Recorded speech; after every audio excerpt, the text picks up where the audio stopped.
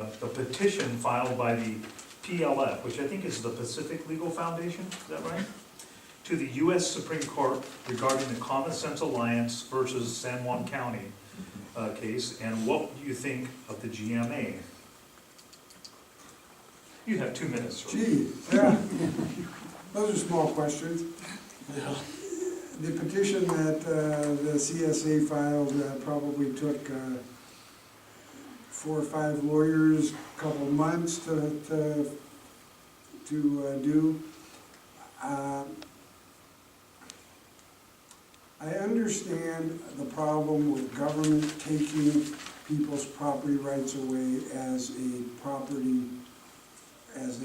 confiscation of property.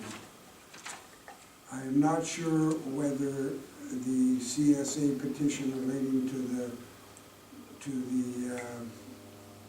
critical areas ordinance or the other things that they're working on are the vehicle that are going to get the kind of results that those people want. And I'm not sure they're going to get the focus on the problem to the extent that it doesn't. I will say overall, I think the critical areas ordinance matters, and a lot of the matters related to Growth Management Act have gone way overboard. I think that they have ended up this churning of ideas forever, and it's resulted in immense amounts of money being spent, in people being unhappy no matter what the result is, and doing things that sometimes don't have to be done. I mean, I followed that business with the CAO, and you know, both sides had some good points that needed to be made, and that should have been put into that whole process. But I'm not sure that it was.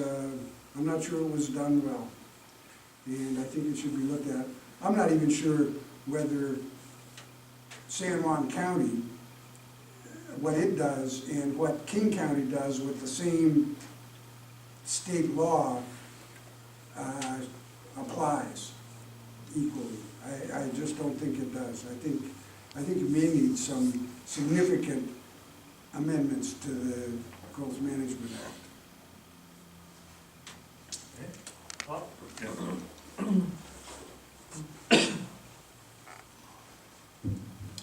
That's could be a long-winded answer for me, so I'll try to get it down to 2 minutes. Keep my eye on the petition that was filed by the CSA against with the Supreme Court.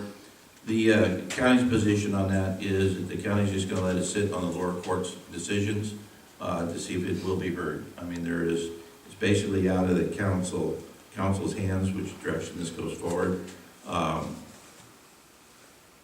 You know, it's everybody's right in America to express their opinion, and it is in the hands of the court system now. We'll just have to see how it plays out.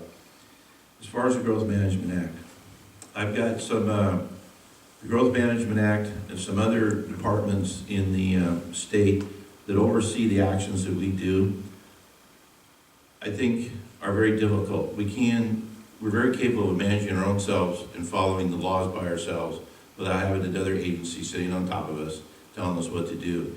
If that is the case, why do we even do or look at any of our land growth? Why don't we just allow the state agencies to do it?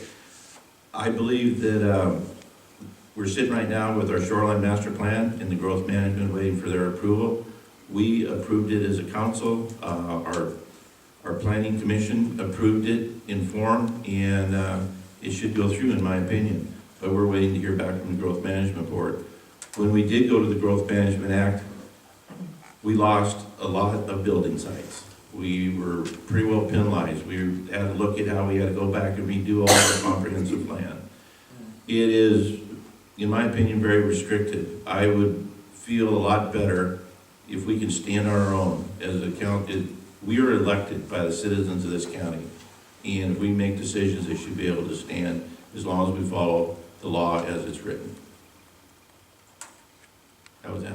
Pretty good time? Cheryl? Critical areas is hard for people to digest and swallow. We've had environmental regulations on the books for so many years, and with the new changes in the best available science, it's cost people a lot of money just to get a report. And I think that smaller buffers are just as good as bigger buffers, because if you shove regulations down people's throat, they're gonna just turn around and do the opposite. And then I've seen them destroy wetlands and streams. And so when you have extreme measures, they're usually countered by extreme responses. It's hard for me to speak about the lawsuit because I'm not as familiar. I know they've filed. It'll be interesting to see how it plays out. Growth management in San Juan County, I do not understand it at all. We had growth management take effect in the 90s, and I worked for cities where it was intended.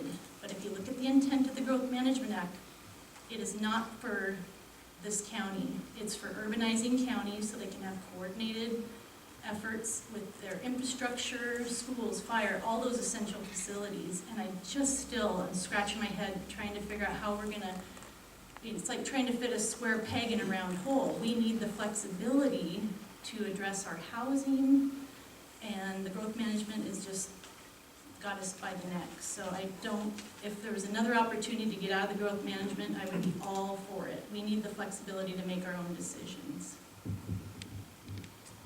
And Frank? I want to take 15 seconds and go back to that last question and answer it more directly.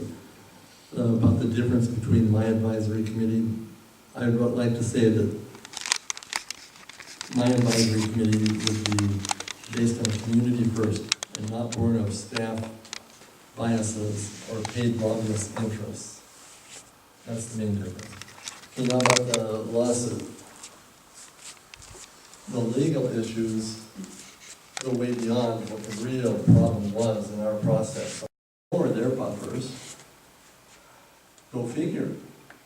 And then I can show you another email where my 2 CDs of science that I gave to the county was not used. I mean, when I'm telling you about fairness policies, we've got issues. And they have to be dealt with, and we've got to have some policies set in place so these kind of things don't happen. And so there are consequences to supervisors and staff who try to control things for their own interests and own biases. I mean, when I started reading this stuff, and this was quite a few years ago, it made my stomach sick.